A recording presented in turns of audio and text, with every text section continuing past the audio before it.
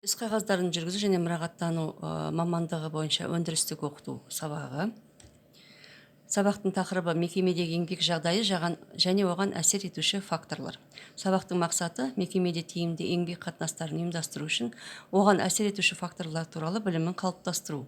Еңбек кодексіне сәйкес қызметкерлерге тиісті қауіпсіздік және еңбекті қорғау қатынастарын сақтау талаптарын білу. Сабақты өз бетінше оқып үйрену мақсатында қолданылатын ақпарат көздері берілген. Еңбек жағдайы дегеніміз еңбек үрдісінде адамның денсаулығы мен жұмыс істеу қабілетіне әсер ететін өндірістік орта факторларының жиынтығы.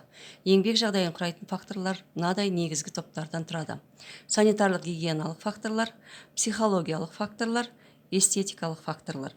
Бұл факторлардың мекемеде сақталуы өте маңызды болып саналады. Ол факторлардың тиісті деңгейде сақталуы жұмыстың нәтижелі болуына көмек етері сөзсіз. Екінші қолданылатын негізгі құжатымыз еңбек кодексі. Еңбек кодексі 341 баптан 40 бөлімнен тұрады. Оны басқаша еңбек заңы деп атайды. Осы кодексте жұмыскерлердің денсаулығы мен өміріне қажетті талаптарды сақтаудың барлық құқықтық негіздері қарастырылған.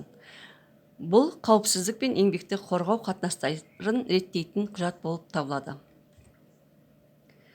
Кодекстің қолдану аясы мынадай негізгі бөлімдерден тұрады: еңбек қатынастарын реттейді, еңбек қатынастарымен тікелей байланысты мәселелерді қарастырады, әлеуметтік әріптестік мәселелерді қарастырады, еңбек қауіпсіздігі мен еңбекті қорғау жөніндегі қатынастарды реттейді.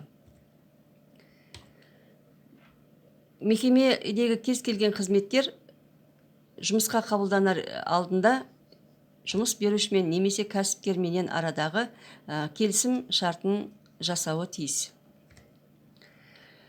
Еңбек кодексін қарастырғаннан кейін және еңбек факторларын оқып үйренгеннен кейін мынадай үй тапсырмасын орындау керек болады: еңбек жағдайына әсер етуші факторлар туралы ақпаратты жинақтау, олардағы бекітілген нормалар туралы қысқаша сипаттамалар жасау, еңбек кодексіне еңбекті қорғау туралы қандай талаптар бар екенін, қандай баптар берілгендігін ақпарат көздерінен қарап шығу және негізгі баптарды жазу, оқып үйрену.